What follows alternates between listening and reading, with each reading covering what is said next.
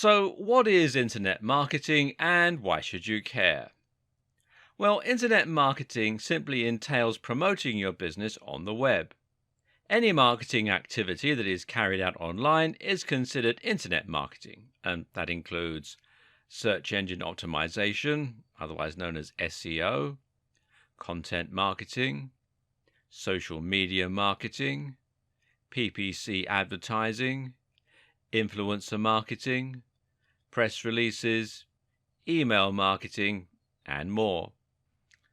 These various pillars of internet marketing can each help you to bring more visitors to a website or a blog, and that in turn gives you the opportunity to promote your business and hopefully drive conversions, in other words, turning visitors into customers. What makes internet marketing so effective is that it doesn't have to cost a huge amount to be successful. Now, you can spend an awful lot on SEO and content marketing and thereby try to get your site to the top of Google. But sometimes it just takes one smartly placed link to drive huge amounts of traffic to your site. And if you're willing to put in consistent time and effort, then anyone can build a massive, loyal audience, then thereby become a big influencer in their niche. Thus, internet marketing is the great equalizer.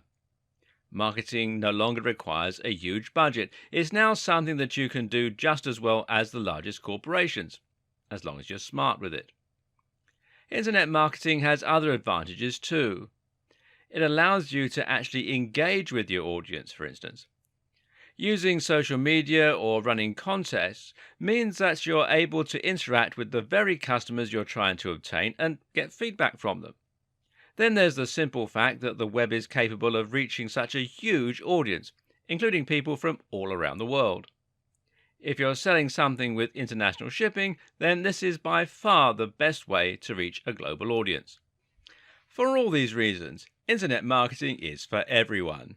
No matter what type of business you're running, you should be able to benefit from internet marketing and find that it can help you to increase your brand visibility, grow your audience, and to make bigger profits. Now, some businesses are only able to exist thanks to internet marketing. These are the entirely online businesses, such as people who sell ebooks. Now, ebooks are digital products with no overheads. By marketing them correctly, it's possible to make huge amounts of sales, which will be almost entirely profit. Ebooks can be something of a hard sell, but the fact that you can reach such a massive audience and engage with them directly means you can get enough turnover to earn big profits. These businesses only exist thanks to internet marketing. Other businesses also rely heavily on internet marketing. If you sell a service online, such as web design or copywriting, then using internet marketing will allow you to ensure that the maximum number of potential clients see your website and consider hiring your services. Knowing how to reach that audience online is the difference between long dry spells, where you aren't bringing in any cash, and a steady flow of orders and income. Of course, the same is also true for an e-commerce business, which exists to turn website visitors into paying customers in a similar way. Amazon actually spends over $1 million a day on Google AdWords alone, which shows you just how much the company values its internet marketing. But it's not just online businesses that can benefit from internet marketing. Big brands like Coca-Cola, Red Bull, Marvel, Ford, Best Buy, they all spend huge amounts on internet marketing because they know that it is now more effective than spending that same money on print media or television. And the same goes for small businesses like hairdressers, restaurants and high street stores, and sole traders like plumbers, builders and lawyers. As we will see, anyone can benefit from internet marketing, and it is the single most efficient way to increase footfall for your company. The only thing holding most people back, of course, is the simple fact that they don't know how to go about internet marketing. They don't understand how SEO works, they're not sure how to reach influencers, and they find social media awkward. If you find yourself in that situation, then don't worry. This video series is going to teach you everything you need to know in order to develop any kind of internet marketing campaign with confidence. Best of all, we'll help you to learn to create smart internet marketing campaigns, the kinds that get maximum results with the least amount of cash and time. We just said that Amazon spends $1 million a day on AdWords, and that might make you wonder how on earth you're supposed to compete. The answer? Well, you're not. Our aim is not to take on huge corporations head to head, but rather to find the path of least resistance, to identify those corners of the web where lots of potential customers are waiting and no one is currently marketing to them. You're going to learn how to do that and much more over the course of this series. Specifically, you'll learn how to choose a niche and find your audience, how to create a stunning website in no time at all, how to drive conversions so that visitors equal customers, how to climb the ranks of Google using smart SEO, how to provide value through a blog and become a thought leader in your industry, how to build and run a mailing list, how to create a thriving and popular social media channel, how to write stunning articles and killer sales scripts, how to use press releases, video sales letters, sales pages, and other tools, how to work with other internet marketers, how to create your online business, and a whole lot more. So let's get down to it. And we'll do that in the next video. As we saw in the last video, internet marketing is for everyone and can apply to many different types of businesses. For the purposes of these videos, though, we're going to broadly categorize viewers into two groups: those with an existing business they want to promote, and those wanting to set up an online business or make money directly through internet marketing. And for now, we're going to concentrate on the second group. If you already have a business, this is still worth watching, but if you're in a rush to get to the good stuff, fast forward to the section on website creation. If your plan is to build an entirely online business and to make money either directly from a blog or perhaps by selling digital products, then the first thing you need to do is to choose a niche, or niche as some people pronounce it. The term niche in this context essentially refers to a subject matter, an industry, and an audience. In other words, a niche can be health or it can be knitting.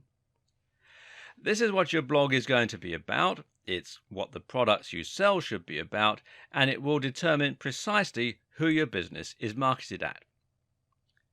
Choosing your niche is one of the most important steps in creating a successful online business. And the reason for this is that it will directly impact the amount of competition as well as the size of your audience.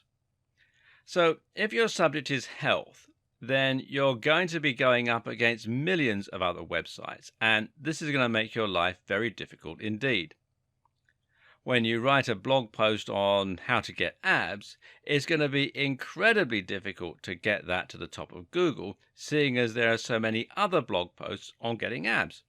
Likewise, if you post in a fitness forum and mention your ebook, it's not going to stand out or be interesting because there are so many others. Conversely, though, you also need to avoid choosing a niche that is too narrow. If the niche you chose is earwigs as pets, then it will only be a matter of time before you've marketed to the majority of that audience and there's no one left to buy from you.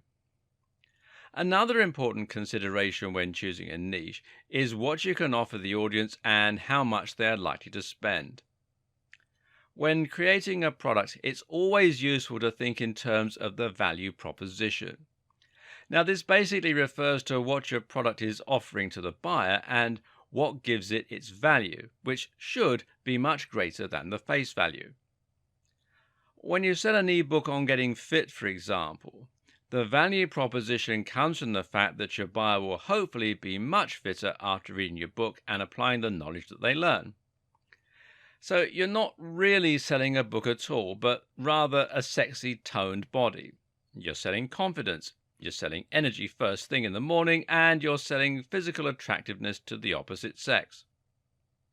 And people are willing to pay for a lot of things, meaning that you can afford to charge more for your ebook.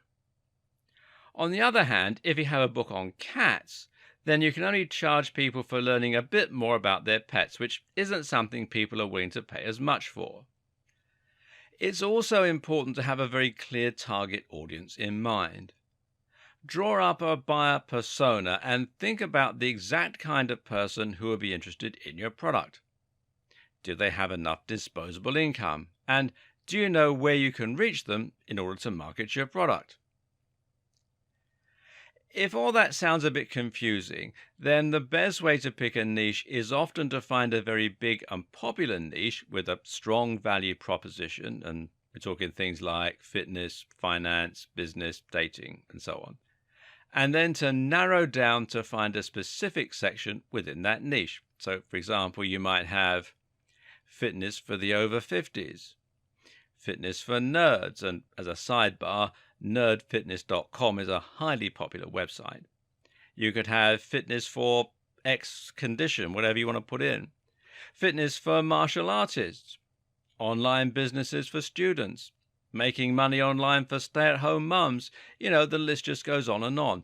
And try and think of something that is as original as possible, while at the same time making sure that there's a big audience there and that you can solve a specific need.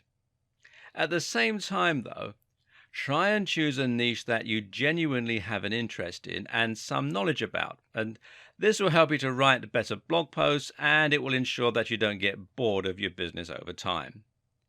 And this is actually one of the most important tips. So don't be motivated by money alone, or you're likely to find your business lacks staying power. Finally, think about any connections you might already have and any contacts. If you happen to know the editor of Gardening magazine, then creating a business in the gardening niche just makes sense. Likewise, if you're a prominent member of a big forum dealing with health, then this is a very logical niche to choose, as you'll be able to post about your blog there and hopefully get a big reaction. In short, try to have an entire business plan ready before you even begin writing. Know your strategy, know your end game, and let your niche dictate all that. The next thing you need to do is to create a stunning website. Now, this is highly important, as your website is what's going to create the first impressions for your visitors and give them the confidence to buy from you. Now, this makes all the difference. Think about your own experience, whether you're looking online for a place to eat, for a specific product to buy, or a blog to read. If the website is well designed, then the chances are that you'll feel comfortable there. If the font is large and crisp, then it will be pleasant for people to read. If the logo is well designed and high definition, then it will create trust for your brand. If the navigation is simple and fluid, then visitors will be able to find their way around the site. And if the Buy Now button looks official and secure, then people will be much more comfortable entering their payment details. How many times have you loaded up a website to get some information or to order food, only to be immediately put off by the dated design and leave? Now, don't let this be the experience that your visitors have of your website. Make sure that it looks clean and professional, and don't accept anything that is less impressive than the very top players in your niche. If you want to be taken seriously, then that is what it takes. So, how do you go about creating such a website? Well, the good news is that these days it's very easy with WordPress. WordPress is, of course, a content management system and site building tool. You install it on your server, and this is usually available through the tools provided by your hosting provider, or you can download the files from here at wordpress.org. Be sure to come to wordpress.org, not wordpress.com. Wordpress.com is where they host the site for you. And then you'll be able to log into a backend and choose a theme and layout while adding posts and features easily. And WordPress is by far the most popular tool today for building websites, and it powers many of the biggest brands on the net. For example, some of the BBC websites run on WordPress, as do the blogs that Forbes magazine hosts, and Wired also is run by WordPress. And it's free and it has a huge number of different features. It has support from a massive online community and nearly endless customizability. In other words, there really is no reason not to use WordPress. It's a tried and tested commodity and it makes things quicker and faster for you while still resulting in a highly professional looking end product. Now, once you've installed WordPress, you should then look into adding a professional looking theme. Now, thankfully, these can also be added very simply by looking at the themes available through WordPress itself or by buying them from various theme stores. And a good one is themeforest.net. And you can see here they've got, at the time of making this video, 31,056 website templates and themes. And as you can see here, prices start at around $2, so it's well worth a visit. A professional looking theme with good customization options will generally set you back about $40. And this is a very worthwhile investment as it can make your site considerably more professional looking, help it to stay responsive so that it fits the size of the display that it's being viewed on, and generally ensure that it's polished and able to compete with those top players. You also need a great logo, which will help you to brand your business and will give you more marketing options. A good logo needs to be unique. It needs to encapsulate what your business is all about, try to communicate the value proposition if you can, and it needs to be crisp and high definition to look professional. If you create your logo yourself, then it's very important that you use vector files via software like Adobe Illustrator in order to make it look the part. Better yet, outsource this job to someone else. Consider using 99 Designs, which is 99designs.com, or if you're in the UK like me, it'll redirect you to 99designs.co.uk, or perhaps Fiverr, which is Fiverr with 2Rs.com. There are many different aspects to good internet marketing, which include SEO, press releases, social media marketing, influencer marketing, and more. Once upon a time, internet marketing could mean simply picking one of these facets, such as SEO, and then trying to spam it until a site got to the top of Google and started getting thousands of views. Today, though, this method just doesn't work, and in fact is much more likely to get you penalized by Google. Today, the only way to succeed online is by delivering quality, and the best way to do that is by updating your blog regularly. This is the central tenet of content marketing, and as you'll see, content marketing can provide the backbone of your entire digital marketing strategy. So, just what is content marketing? Well, essentially, content marketing means that you're going to promote your website via content, and you're going to use this to bring more people to your website and get them to engage with your brand. People are not going to visit your website or blog out of the goodness of their heart. They will go there because they're looking for something, and that something will normally be content. People use the web to find information, for entertainment or for news, all of which means content. Your core strategy is going to be publishing content on a blog regularly and using this as a way to gradually bring in more and more visitors. Eventually, this should allow you to establish trust and authority within your niche and build up a big following of regular readers who want to find your content. Your content is also what you're going to use to succeed in the various other types of internet marketing. Over the next few videos, you'll see how content is essential for SEO as well as for social media. And that's because content is what people are searching for on Google, and it's what you will mainly share on social media. But the aim is not to bring people to your site in the short term to make sales.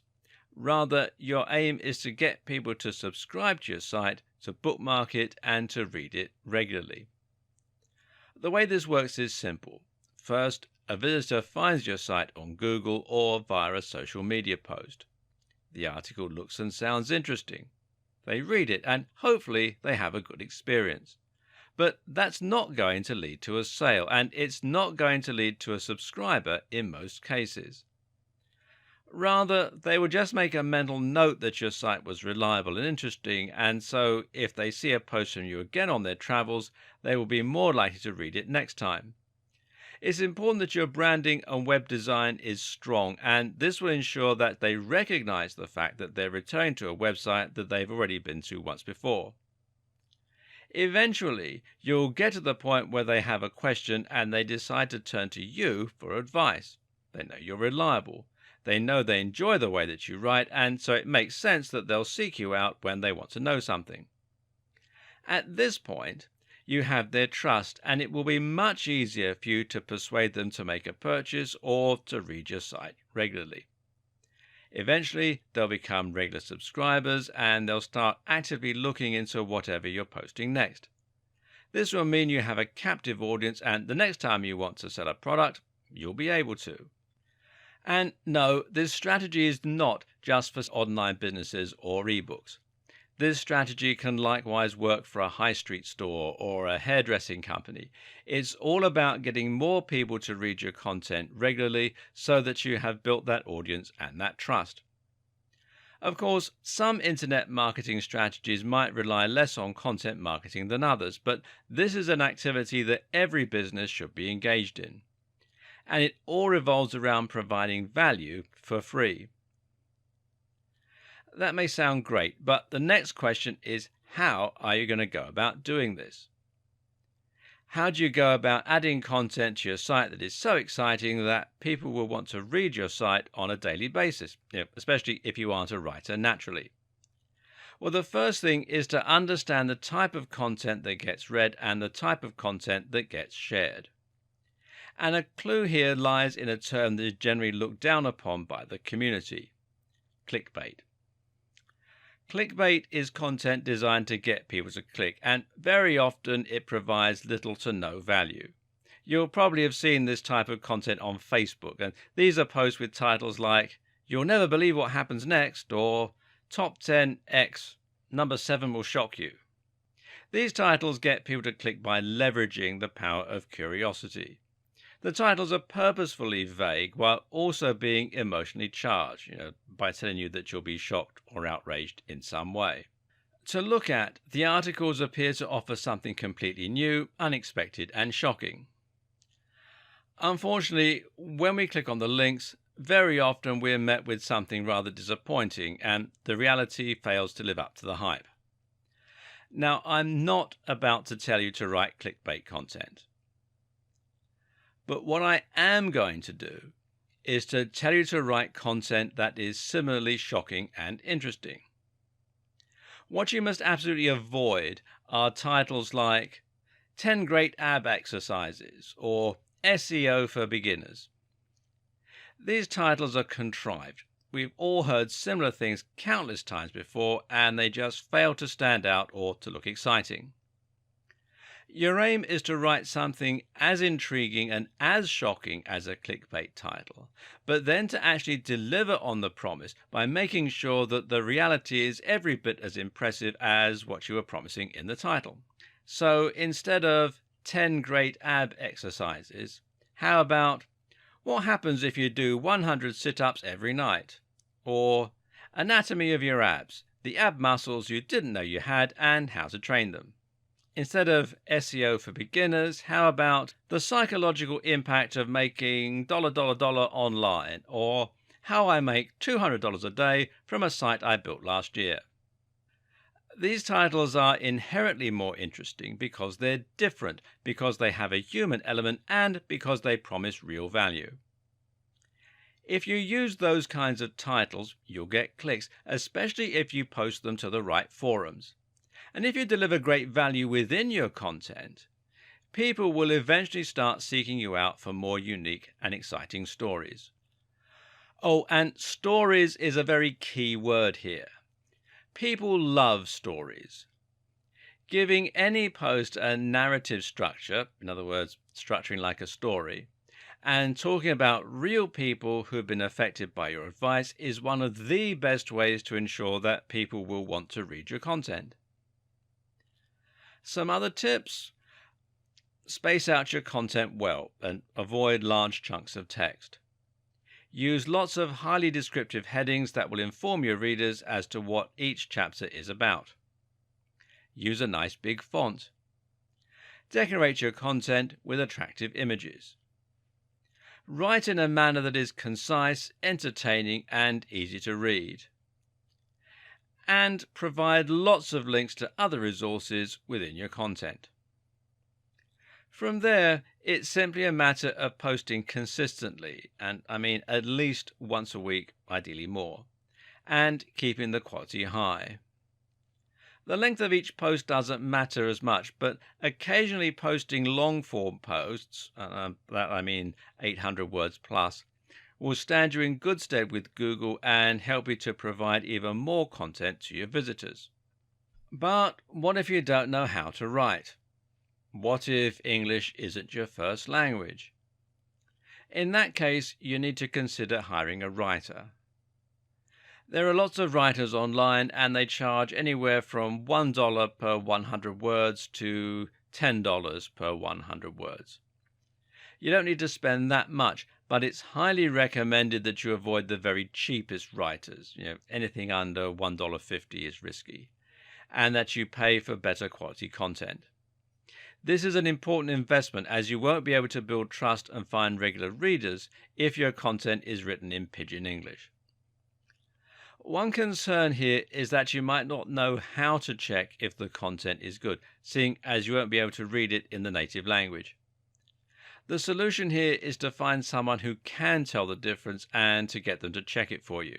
And I can't stress enough how important this is.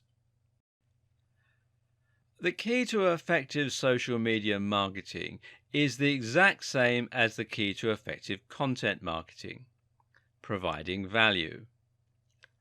Unfortunately, this is something that a huge number of businesses have absolutely no idea how to do, and that results in some very poorly managed social media.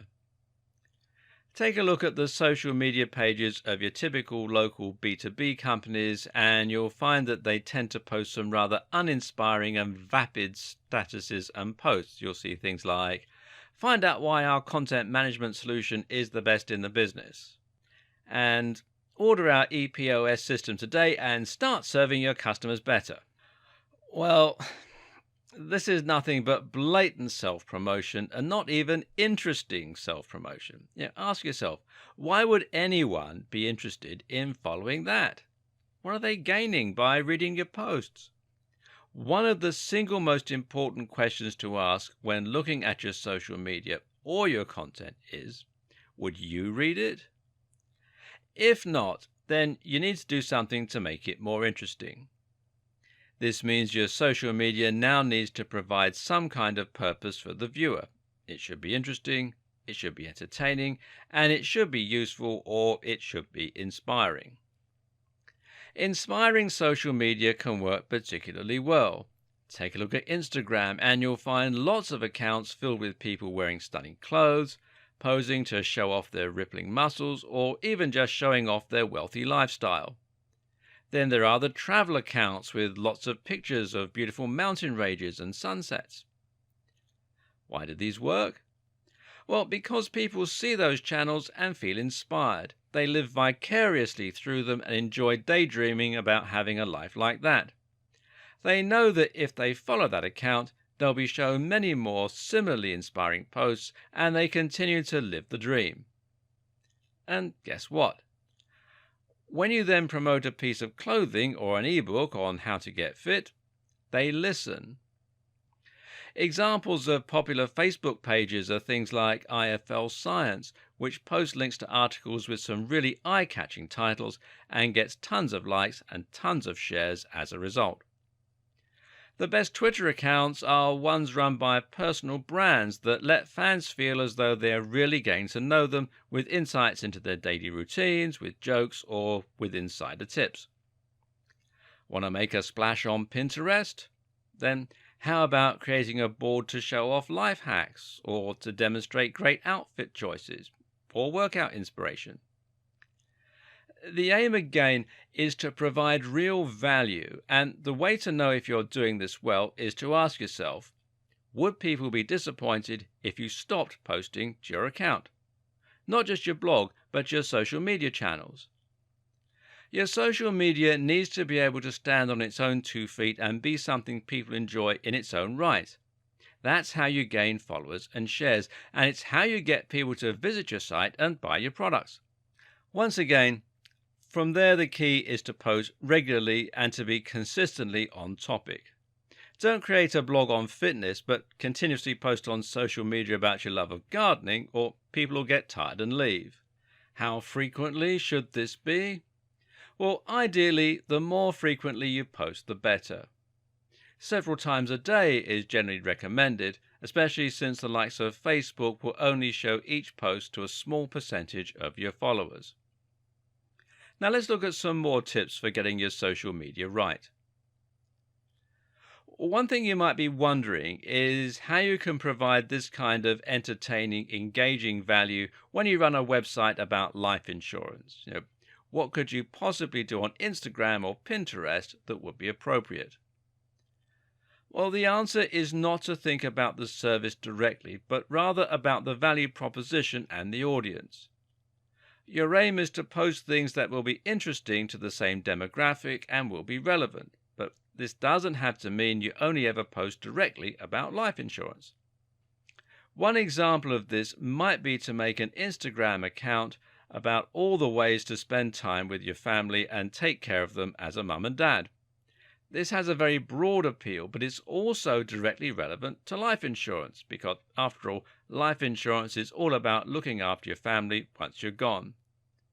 People who want to be better mums and dads can follow your Instagram, which will be in the same spirit as your business. And once you have their ear, you can recommend life insurance policy X. Likewise, you could do something similar with a Pinterest account. How about making all this about ways to save money as a family? You could show money-saving hacks, budgeting tips, etc., and use that to promote your life insurance as the best financial option, or your website as the best place to learn about life insurance. Another important tip is to think about your audience and who they are. If you want people to share your posts, and this is the best way to ensure they reach the maximum number of people, then you need to be sure you're targeting your audience specifically. This is important, seeing as trying to reach too wide an audience will ultimately mean that you don't specifically appeal to anyone. This is the mistake a lot of people make with their posts on how to get abs. They think that they need to appeal to everyone, and thus they end up with very safe and very generic content. But content performs best when it's targeting specifically at a particular type of person. This all relates to the psychology of sharing. Why do we ever share content? Well, there are two simple reasons: to express ourselves or to communicate. We communicate by sharing things that we think will appeal to someone we know. If you see a post on how working from home turns your brain to mush, then you're going to share that with your friend Bill, who works from home, as a cheeky joke, as a way to help them work from home better, or perhaps just a way to show that you're thinking of them. If you work from home yourself, then you might post it to express how you feel about working from home and to help others understand you better. But notice that in both scenarios, the post only works because it applies so specifically to people who work from home. While being very specific might appear to exclude potential customers, it makes it much easier for you to market to a particular type of person who is likely to buy from you. And to make this work, you need to spend some time profiling what that person is like. How old are they? What gender are they? What are their hobbies? What websites do they spend time on? You'll see why this is even more important shortly. Once you've decided how you're going to provide value through sharing your blog posts or by posting images, you'll then need to make sure you have a strong brand that will have some good visibility and tie your social media channels neatly to your website. It's important that when someone sees a post from you, they know it's from the same website that they saw the other day. So make sure you have a good logo and use that as your profile picture or your cover image on each account. Likewise, use the same name wherever possible. Another tip is to integrate your social media and your website as closely as possible. It'll take a while to build up momentum on your social media, but one thing that you can do to help that along is to add social media buttons to your website so that people can check out your Facebook page directly from your website. Ideally, you'll gain new followers each time someone goes to your website. That way, they'll be more likely to see your future posts and share them, bringing in yet more visitors who can subsequently become followers. Also important is simply to ask people to follow you on social media. This is particularly effective in videos, so if you have a YouTube channel, then don't be shy to simply ask the people watching to follow you on Twitter and give them some good reasons to do so. Similarly, at the end of a blog post, why not just ask your readers to share the post with their friends using the handy sharing buttons that you provide? It's also a good idea to integrate your various different posts to save time and to ensure that you fill each channel with as much content as possible. For example, you can make it so that you post all your tweets on your Facebook page, or that each new YouTube video is automatically shared on Twitter. Don't forget that social media is still primarily a communication tool. One of the best ways to ensure people are engaged with you is to actually talk with them and to do something as simple as just following people or liking their pictures. If you've ever used Instagram, then you'll be familiar with how pleasing it is that someone has started following you, especially if they look like a professional brand. Likewise, it's great when they comment and say, "Nice pic." This will motivate you to check out their channel and, in many cases, to follow it. So just spend some time posting and, of course, be sure to actually respond to people. Running contests and surveying your audience can also be a very good way to increase engagement and to get a better idea of what your followers want to see from you. A good example of a contest is to award a follower with a free gift if you get over X number of likes. This can help you to build more shares and likes, as well as being a great way to thank your fans. Now it's time to look at one of the biggest pillars of internet marketing of all, SEO. SEO is search engine optimization, and this basically means that you're trying to get your website to show up in the search results. Of course, you're not going to be able to show up high in every search result, so this is where keywords and targeting come in. A keyword is essentially a word or phrase that people are going to search in order to find your site. When people go shopping online, they'll almost always start with Google. And when they start with Google, they will begin by searching for the thing that they want. Very often, this will mean that they search for something like buy hats online. If you can target that precise phrase so that your page is the top result, you will not only be able to reach the right demographic, but you'll be able to target them at the precise moment they're actually planning on buying something. The same thing happens when someone looks for information. They might search for how to lose weight after Christmas, or they might search for fitness articles.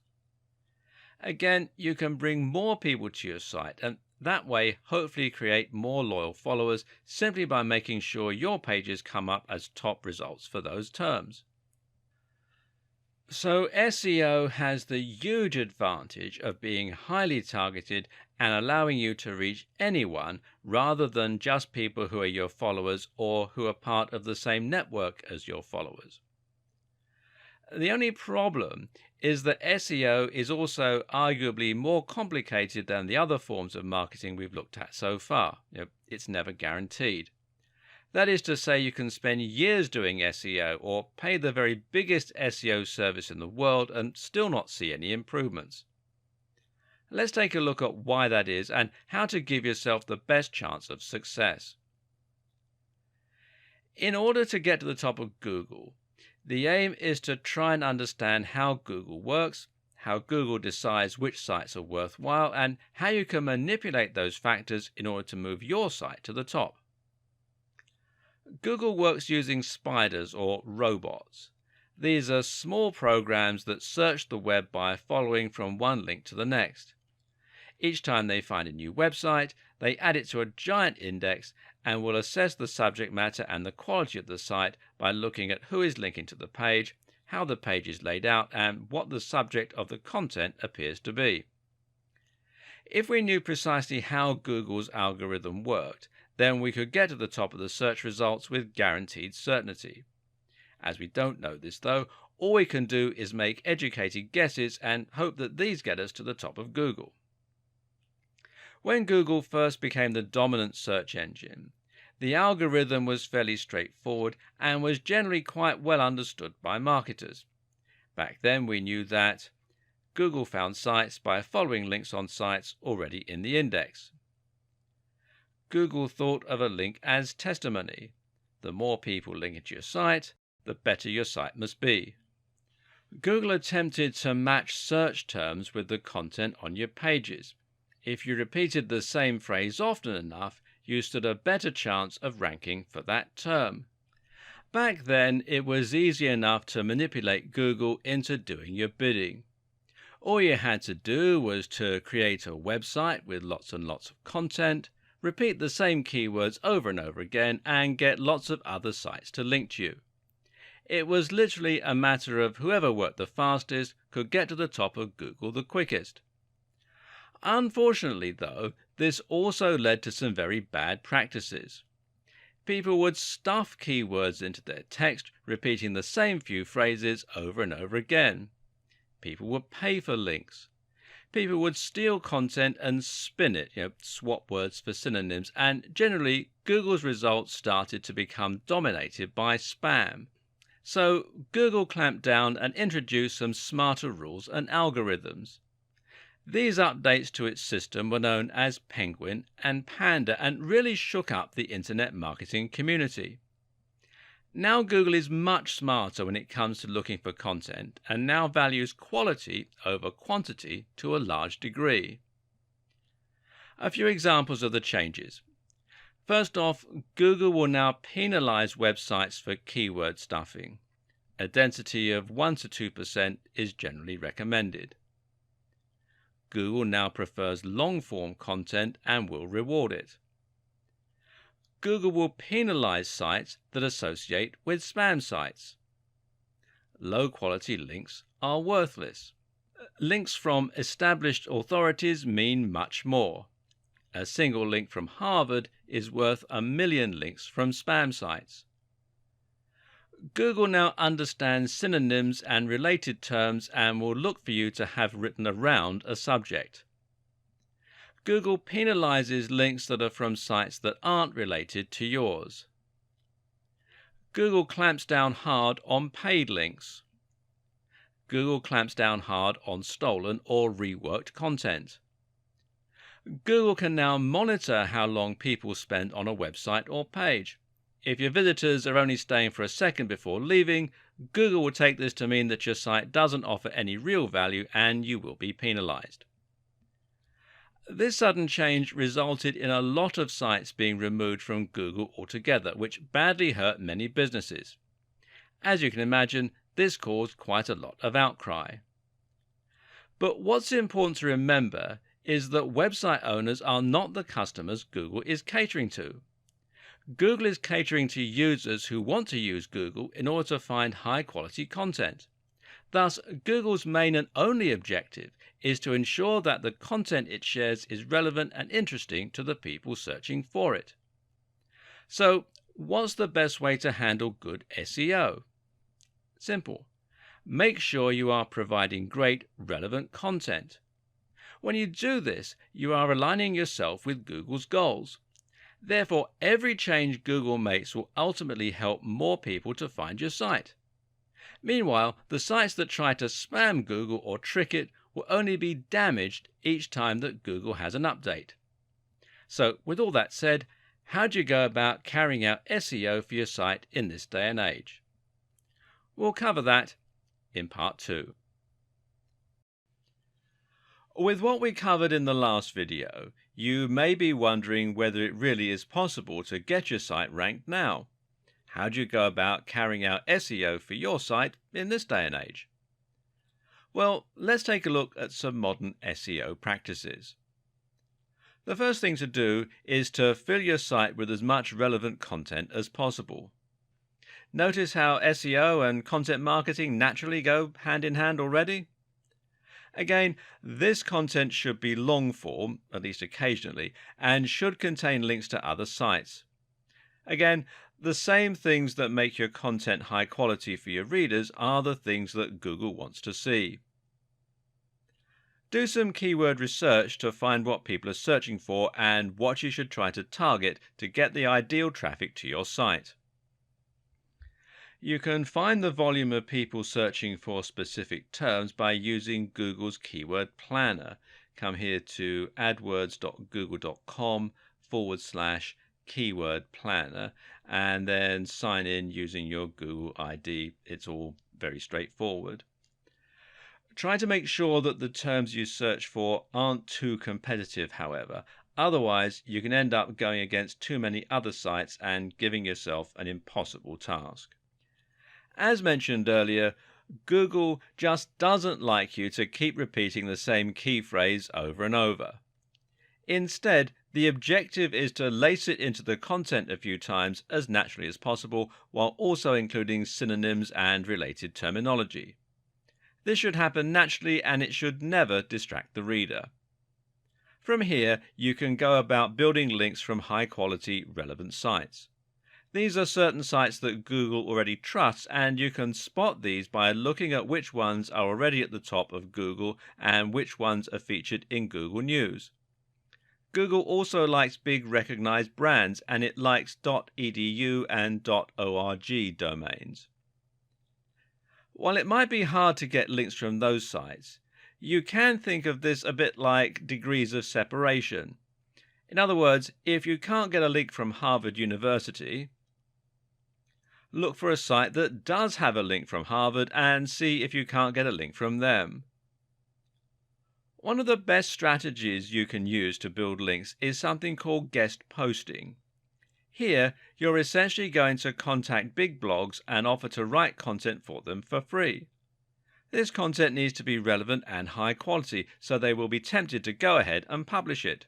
Rather than charging for your writing, what you then do is make it part of the deal that you will get a link back to your website within the body of the text. One way to avoid going head-to-head with the biggest players in your niche is to focus on local SEO. Local SEO is simply SEO that places local keywords front and center. So if you live in Santa Monica and you run a hairdresser, then you would try to rank for Santa Monica hairdresser, and you will build links from other local companies. It's much easier to become number one for a specific search term like this. Even if you're running an international business, it can be a good idea to start local and then branch out once you've built a local momentum. Lastly, a few things that can help to keep you in Google's good books. Avoid anything that looks spammy or manipulative. Try to avoid patterns and encourage your visitors to share your links online. That's what Google really likes to see, sites with lots of links on the strength of their quality. One way to do this is to write link bait. This is content that is so useful, so interesting, or so shocking that other people want to link to it and include it in their debates or share it with friends. When creating your links, avoid trying to use only your keywords in the anchor text. Sometimes the best anchor is just click here or this article. Again, it looks more organic and natural and means Google won't think that you're paying for your links. Now, don't try and trick Google. Just create high quality content for your readers while keeping Google's algorithms in the back of your mind. One of the great things about SEO is that once you've climbed to the top, it doesn't have to cost you all that much to stay there. The problem is it can take an awfully long time to get to that point. PPC, meanwhile, offers you the precise opposite strengths and weaknesses. PPC stands for pay-per-click and is the main form of advertising online. Pay-per-click essentially means that as an advertiser, you only get charged each time somebody actually clicks on one of your adverts. So, in other words, it doesn't cost you anything to have your advert published on a website. If no one ever clicks on it, you'll never pay a cent. But each time someone does click on it, you'll be charged X amount of money. This has a lot of handy advantages, as do many of the other features of PPC. So let's dive in and take a closer look. So how much exactly do you pay for each click? And where will your ads show? What's the best way to make the most money from it? Well, essentially, you get to decide precisely how much you want to pay for each click. The caveat is, the less you pay, the less your advert will get seen. That's because ads are shown based on a bidding system. Whenever a space becomes live, all of the relevant ads will be compared and the one that pays the highest will get shown. That means you can get clicks for 1 cent if you're in a niche with zero competition, but for a much more competitive industry, you can end up paying as much as $5 per click. The good news is you only pay the amount you need to beat the next highest competition. So if your maximum bid is $5, but there's only one competitor who's paying $1, you'll get the ad for $1.01. As well as setting how much you're willing to pay, which is known as your minimum bid, you can also set how much you're willing to pay per week or per month. This is your budget, and by setting this, you can ensure that you never spend more cash than you have.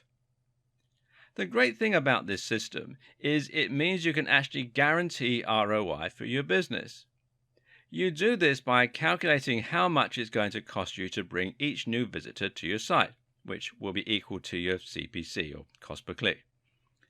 You then look at your conversion rate, in other words, what percentage of new visitors become paying customers, and then you compare these numbers.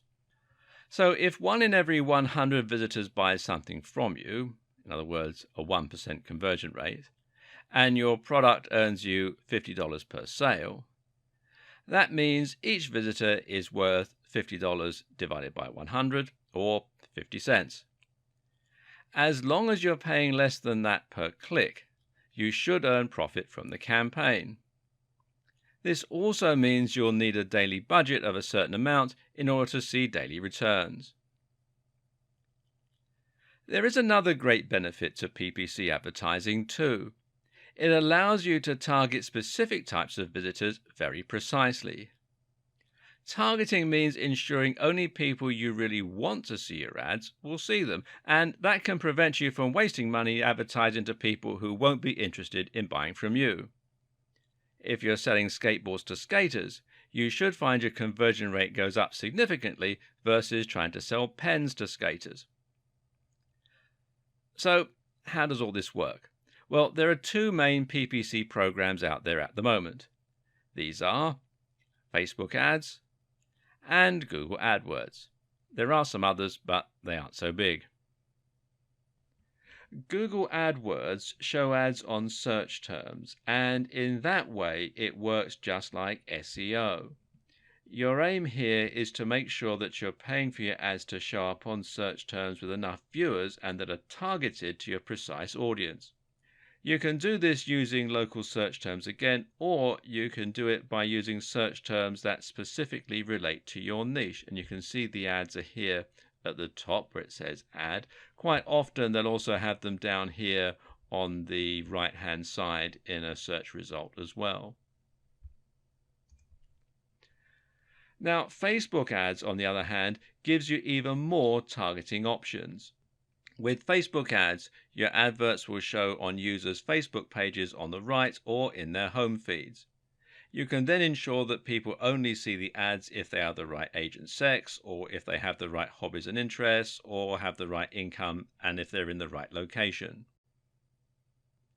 Google has the advantage of showing ads to people who are currently searching for services and products, whereas Facebook ads can be interruptive. You can even use Google AdWords as a way to test whether certain keywords are worth pursuing with your SEO. But by closely targeting only people who are likely to be interested in your product, Facebook ads allow you to avoid wasting money on clicks from people who would never have bought from you in the first place. If you're selling a digital product, there is another very effective way to gain a lot more sales, and that is to get other marketers to promote it for you. And learning about affiliate marketing is important if you want to stand a lot of the conversation you'll find in marketing forums and elsewhere. Essentially, an affiliate is someone who promotes an online product in exchange for a commission. So, if you sold an ebook for 40% commission, that would make you an affiliate.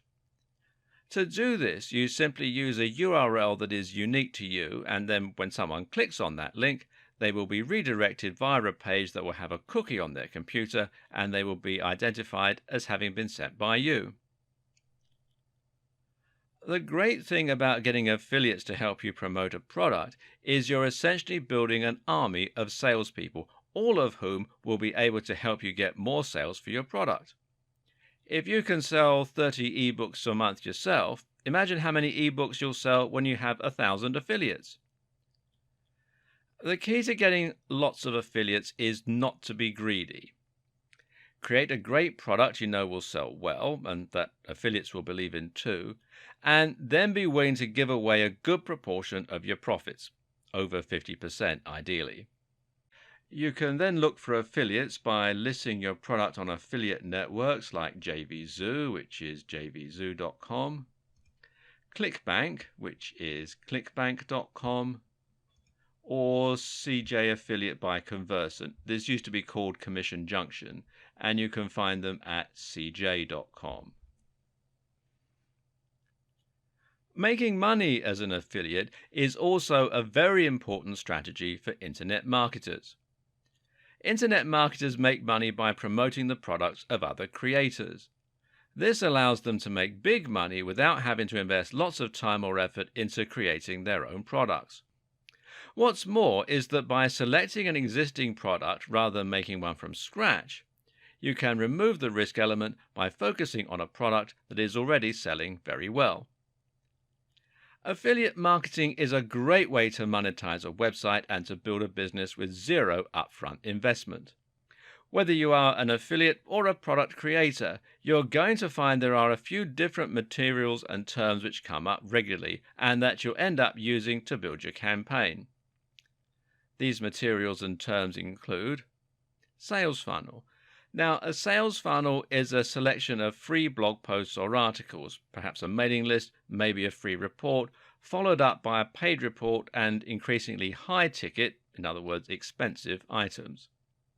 The idea is that you're gradually introducing people to your brand and then helping them to invest more and more in your message to become increasingly interested in spending more with you. Then there's sales page. A sales page is a page which is entirely dedicated to selling your product.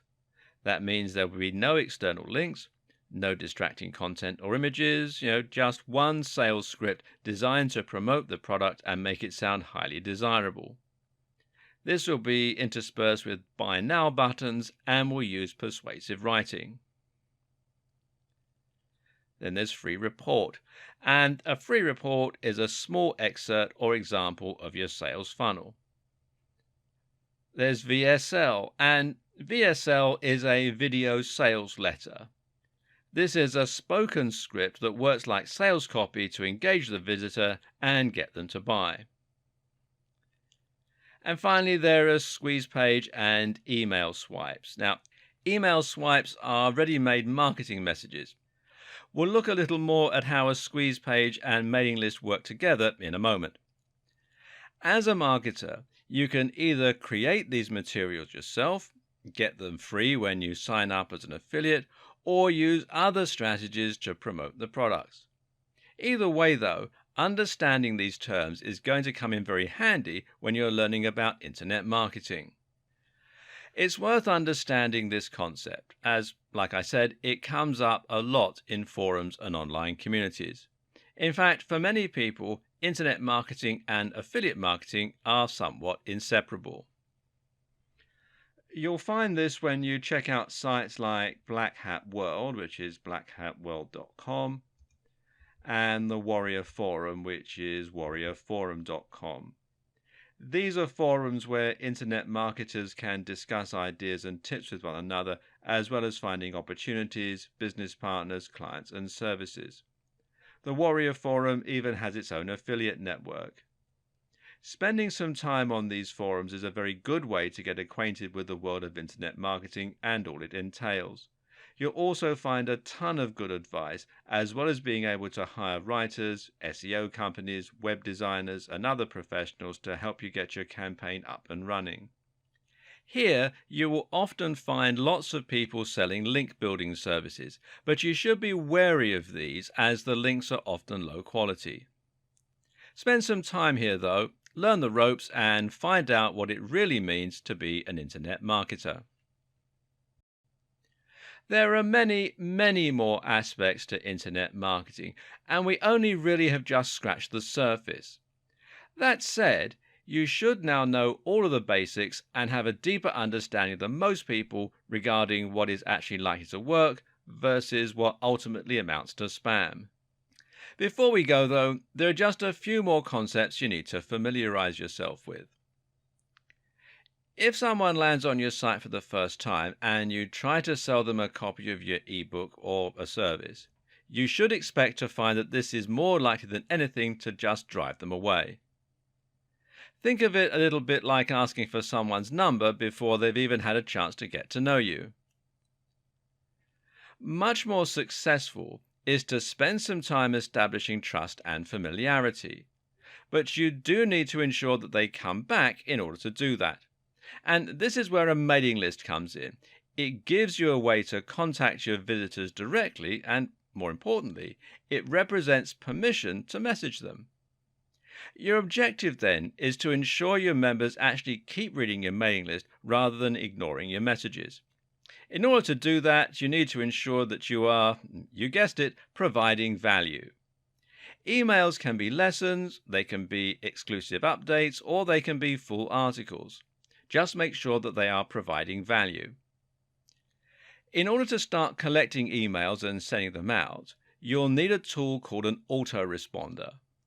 This is what will enable you to create forms as well as letting you manage new subscribers, people who want to leave your list, etc., etc. Good examples of autoresponder services include Aweber, which you can find here at aweber.com, GetResponse, which is getresponse.co.uk in the UK and getresponse.com everywhere else, and MailChimp.com.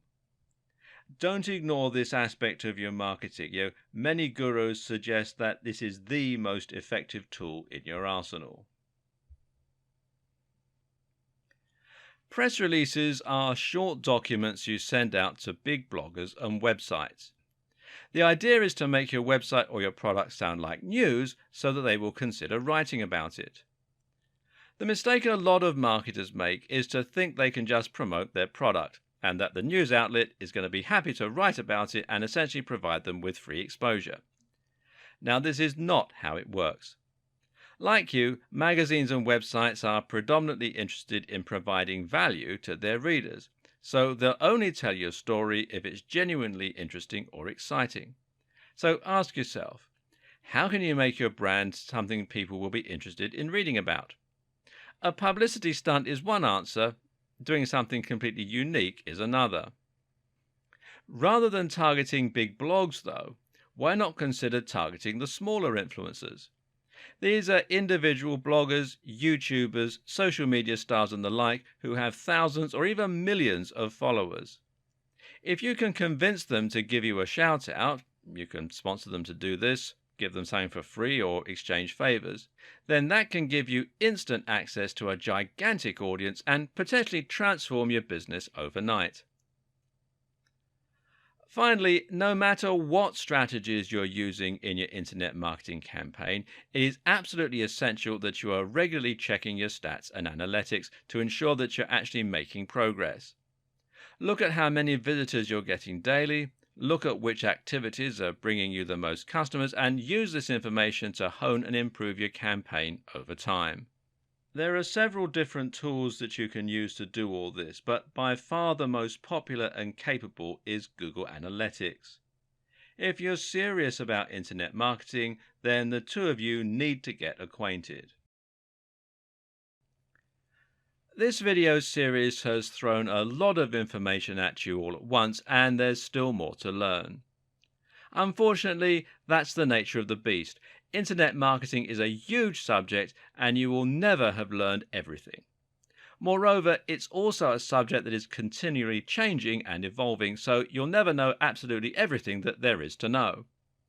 But what this series has hopefully done is to A. give you a solid foundation of knowledge to get started, and B. help you to make some smart decisions and avoid some of the biggest mistakes that new marketers make. The biggest lesson I want you to take home from all this is that you should work smart, not hard. Now, that doesn't mean that you're going to be putting out a load of dross, though. Far from it. The key to getting easy wins is to create things people actually want to see and want to share. Content Google wants its users to find, and content will build trust and authority with your followers. This means writing about subjects you're passionate about, and it means bringing something genuinely different and unique to the table, and it means creating a stunning website with glorious images and a strong brand. Good SEO and good marketing means telling amazing stories and creating amazing content. And I wish you every success.